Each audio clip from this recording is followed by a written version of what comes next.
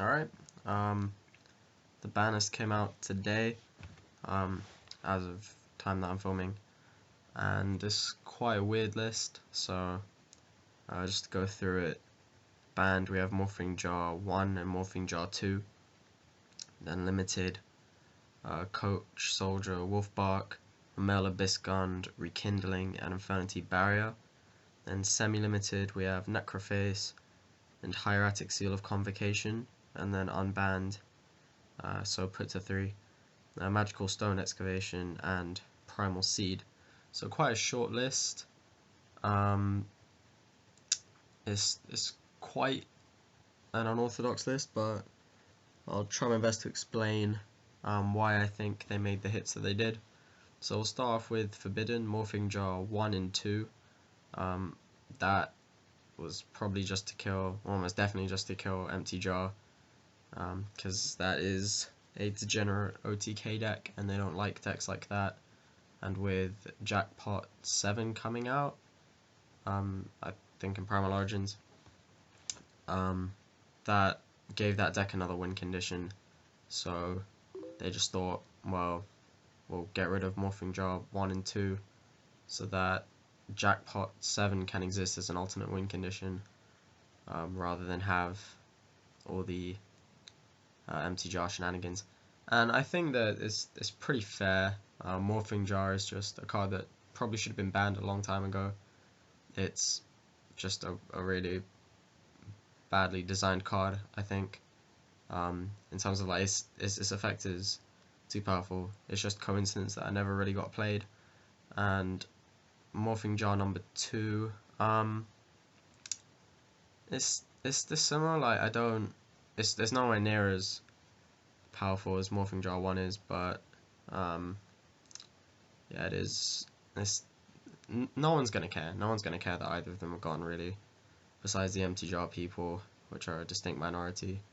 I mean, Morphing Jar 2 crops up every now and then in the side, and Morphing Jar will very rarely crop up in like a chain bone or something, but really, it's not something that anyone's really going to care about.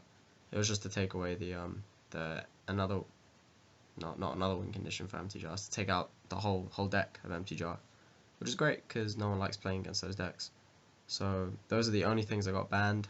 I think that is fair. I can't really think of anything that I would have want to have banned besides the Dragon Rulers, and I'll get onto that in a bit. But yeah, they didn't ban the Dragon Rulers.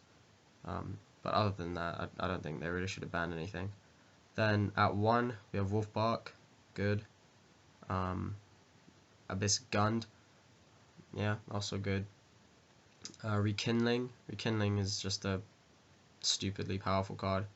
Again, it's just coincidence that it's never really been played, but people are going to be quite happy that Rekindling is at 1, unless you play like 5 Fists or something, but no one cares about you. the rest of us are happy that Rekindling is at 1. And Infernity Barrier at 1.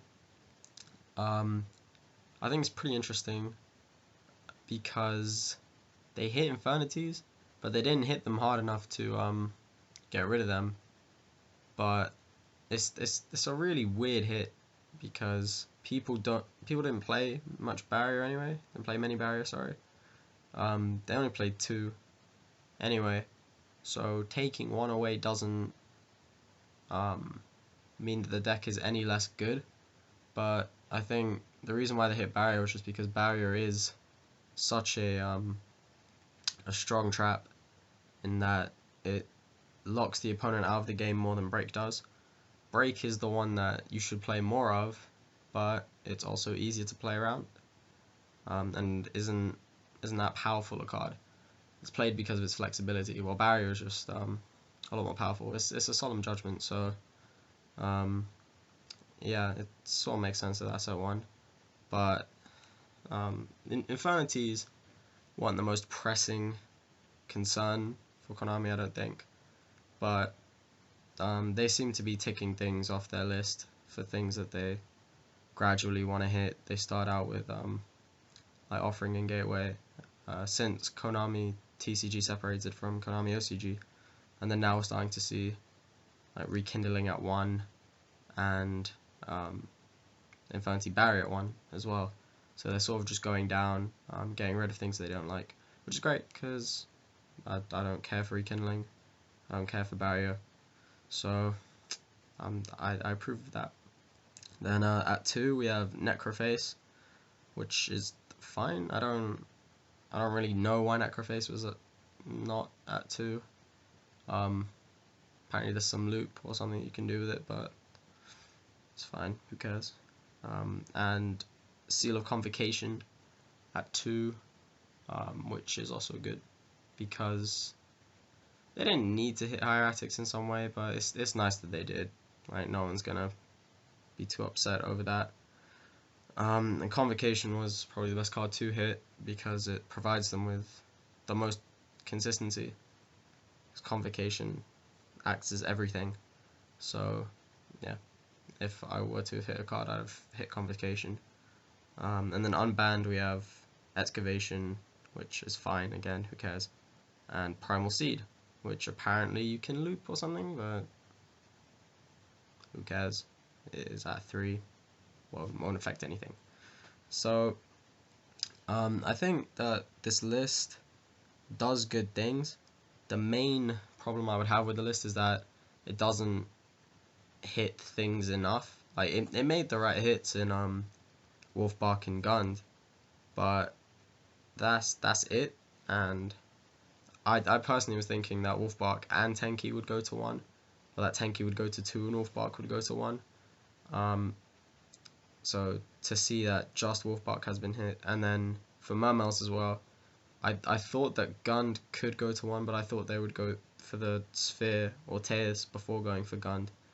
But also the fact that they just hit Gund, they left Geargears untouched, they didn't ban the Rulers, they didn't hit Prophecy or anything.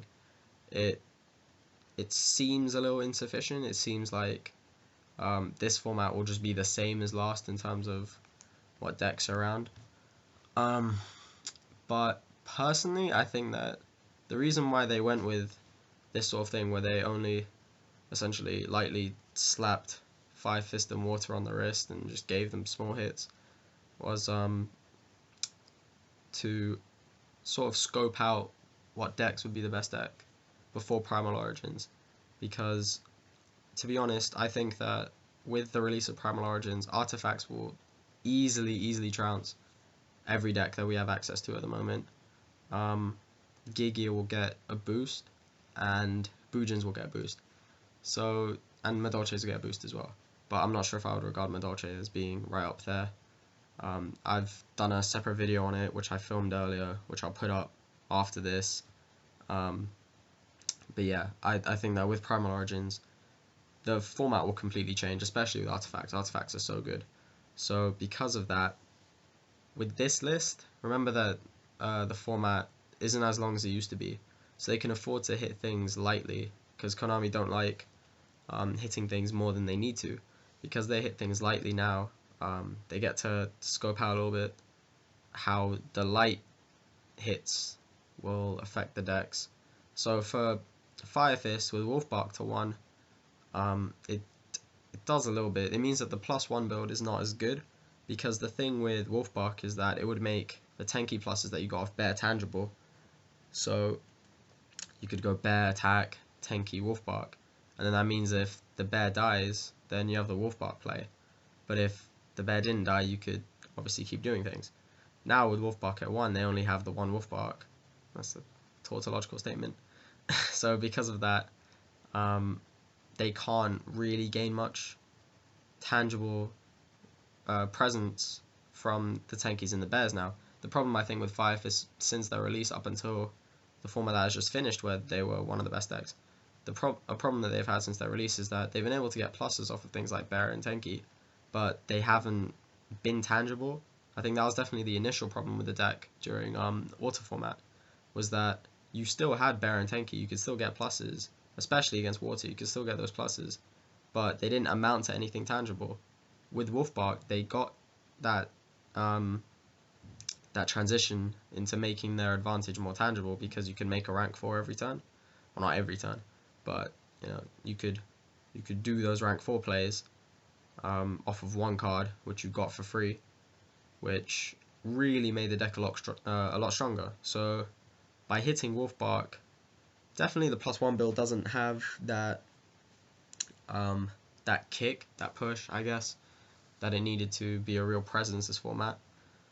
But 3.5 axis or whatever, that remains unchanged pretty much.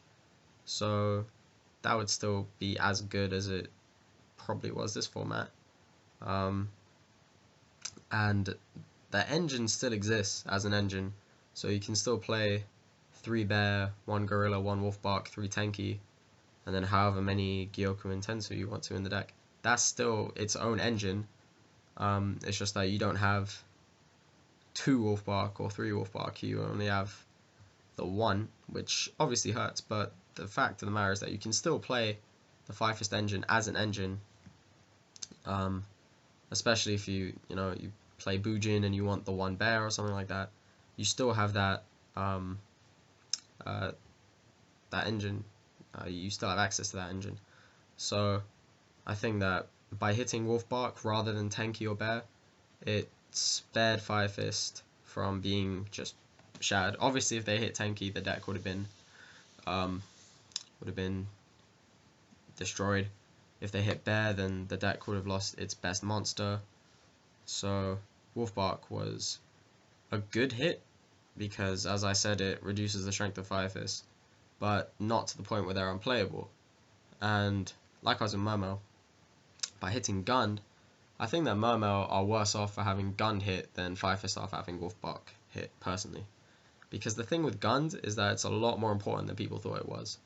Because firstly, it makes the Mermail plays more advantageous, and by advantageous I mean it generates advantage.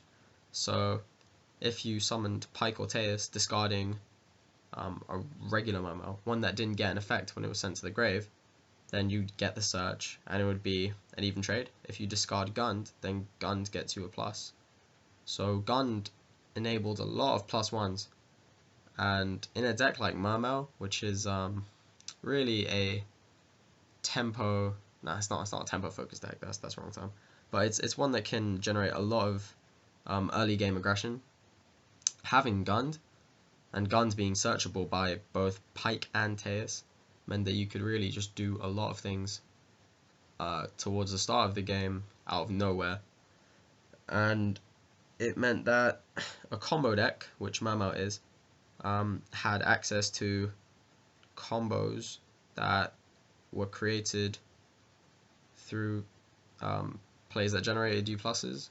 So like if you summon Pike, discard Gund, get a search, and then Gund summon something, and then you make an Xyz or whatever, that was essentially for free because you didn't lose any cards to make it. If they trade a back row, so like a TT or something, and they nuke your field, then that was an even. So it allowed you to get away with using less cards than you had to make plays. So that's the first thing that Gund did. So now, because Gund is at 1, you're gonna have to discard more regular waters that don't do anything, or you have to play more Atlanteans. And I mean, 3 marksmen is pretty standard if you figure Gund is at 1.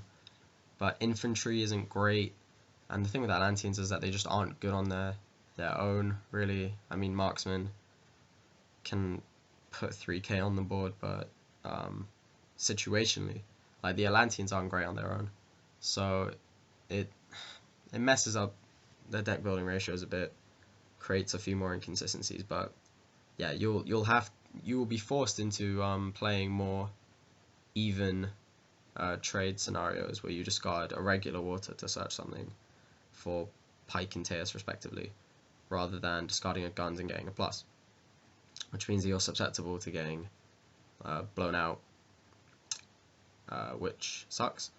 And then also, sort of an extension of that point is that Gund just allowed you to place more on the field, which is what Mermails like to do. So by putting Gund to 1, you get less plays where like you discard X for Pike, Teus, Megalo, whatever, and then get the summon off Gund, which is an extra body on board, which leads to an Xyz or more damage, which can steal the game. And that's how Mermails operate, really. It's just all building towards that moment where you can just onto the field. So the fact that you have less of that, you won't be able to do those sorts of plays as much because Gund is at 1. Really reduces Mermail's power in terms of its ability to just place bodies on the board to make Xyzes or game pushes. So that's another problem. And then the third problem that Gund to 1 creates for Mermails is that Gund is the only card that is searchable by both Pike and Teus. So Pike and Teus, at the moment being March 2014, where Mermails are untouched, like having Pike and Teus in the early game is great, and part of that is because both of them can search Gund, so you can run 2 to 3 Gund and it's fine. So the Teus and the Pikes will have targets. And the thing with Pike and Teus is that because they add from the deck to the hand and not the grave to the hand, it means that they're very good in the early game. You don't have to wait for a certain setup in order for them to be live. All you need is the card to trigger their effects, that being the water in hand, and then you can search X from the deck and then get everything rolling. It's fine. With Gund at 1, it means that firstly Teus has less targets, so Teus will, at the moment, if you have it, just be searching either a Gund or an Ossia. But having less Gund isn't good. You would want more, just to make those multiple Teuses great and everything else. Now that Teus has less targets, it reduces the extent that it is good. And Pike as well, you have less targets for Pike, which means you have to run, you'd probably run more Marksman. As I said, you'd probably put Marksman up to 3. But even so, Marksman isn't really as good as Gund, for the reason that Gund doesn't rely on the opponent having X cards. Gund is as good as what is in your grave, while Marksman, or Atlanteans in general, are in many respects reactive because they only generate you the plus if the opponent has a card. And also it simplifies the game state rather than advances the game state. And I would say that for a deck like this, it's better to have a card that gives you more cards than one that reduces the amount of cards that your opponent has, especially in the case of infantry. Marksman, because it's back row, generally it's less so, because you want to clear back row, but not to that extent. So yeah, Gund, having less Gund in the deck means you have less targets in the deck, which means that Pike and Teus are less good in the early game. And then you run more Turge, presumably people will run more Turge. Then the thing with running more Turge is that you'll draw it, and then because it's not Pike, like you can't search from the deck to the hand, it'll lead to more static hands, where you need to have some kind of graveyard setup before you can do anything, which is a weakness. And another weakness, so this is weakness number 4, of Gund going to 1 for Mermails, is that it makes them less good in a simplified game state. Because if you have a Gund in hand, and then you draw like a Teus or a Pike, you have things in grave, as you would in a simplified game state with Mermail, because presumably that'll be late game, then you can do a lot of things. Also, it would be something to search again, so even if you just have a water in hand and you draw into Pike or Teus or whatever, then you could search the Gund. Now that Gund is at 1, it means that you have really less good things to discard, which goes back to an earlier point, but this is more of a technical point, because with Gund at 1,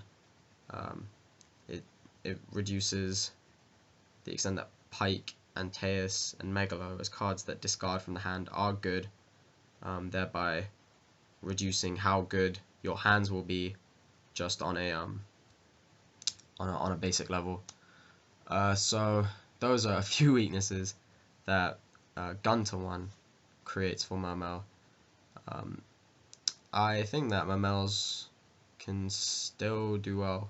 I think that they'll run an Undyne and a controller now, if they didn't before, but they'll probably run Ossia as well, and a Salvage, maybe, who knows.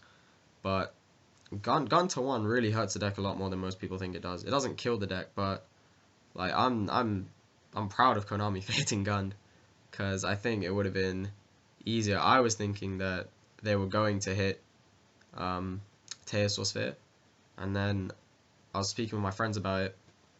One of my friends is an avid Mermail player, and he was saying, no, it would be a lot worse if they hit the Guns, and then we discussed it, and I thought, like, yeah, it would be if it would be worse if they hit the Gund, but I doubt they will. I thought that they would go for the Teos, but they ended up going for the Gund, which is really interesting.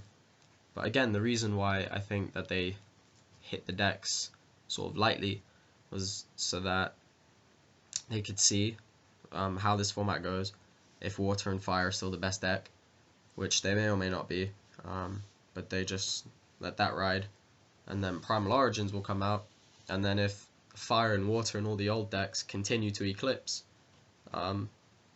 the Primal Origin decks, then come the July 1st list, they can just destroy all the old decks, can go completely in, just break them, just crush them. Then the Primal Origin stuff can do well. But because of the nature of 3-month formats, they have this sort of leniency where now, because the format, a lot of formats, like last format was pretty arbitrary, it was like an intermediary format. This format is sort of an intermediary format. I mean, there's Nationals, and Euros, so it's not an intermediary format, but oh wait, no, sorry, Euros isn't this. So yeah, because Euros, and I don't know when American Nationals is, but this is, it's not the most important format. I would say the most important format is the format where you have European Championships and I guess Worlds. So the fact that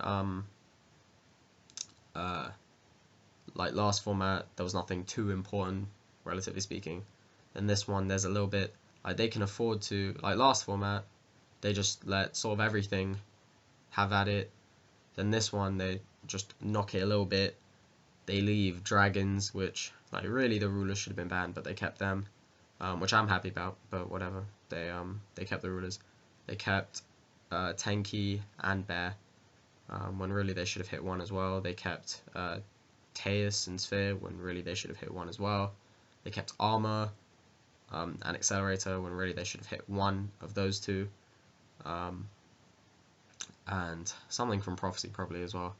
Like they kept these things because now they can just wait and see if any of those things will do well, and because of the quickness between this, they can hit things if they present themselves to be too much of a problem. Personally, again, I think that the decks that will come out in Primal Origins, mainly artifacts, will just completely trounce what we have now, even though what we have now is almost as good as it was last format.